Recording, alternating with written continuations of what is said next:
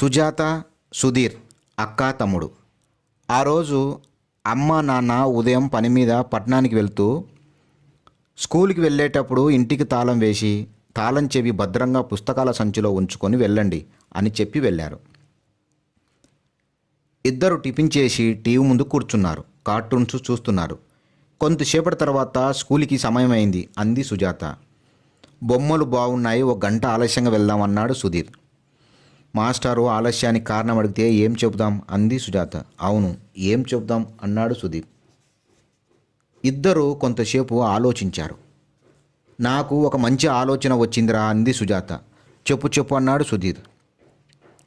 మన కోడిని ఎవరో రాయితో కొట్టారని, అది గాయంతో వీధిలో పడి ఉందని, స్కూల్కి వెళ్తుంటే మన కంట పడిందని, దాన్ని తీసుకెళ్ళి గాయం తుడిచి మందు రాసి కట్టుకట్టి ఆహారం పెట్టి నీళ్లు తాపించి వచ్చే వేళకు ఆలస్యమైందని, అమ్మా నాన్న ఇంటి దగ్గర లేక ఆ పని మనం చెయ్యవలసి వచ్చిందని చెప్దాం అంది సుజాత.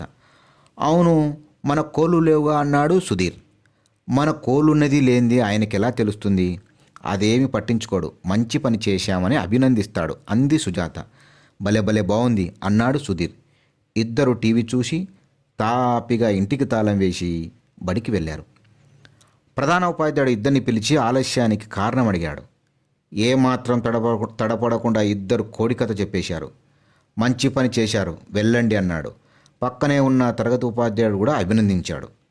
5 నిమిషాల తర్వాత ప్రధాన ఉపాధ్యాయుడు రమ్మంటున్నాడని సుజాతకు కబురొచ్చింది. సుజాత వెళ్ళింది. అవును సుజాత, కోడికి సపర్యలు చేశామని చెప్పారు కదా, అది ఏ రంగు కోడి? పుంజు కోడినా పెట్టకోడినా అని అడిగాడు ఆయన. ఏం చెప్పాలో అర్థం కాక తడపడుతూ పెట్టకోడి సార్, ఎర్ర రంగు కోడి అంది. మాస్టారు సుధీర్ని పిలిపించి అదే ప్రశ్న అడిగాడు.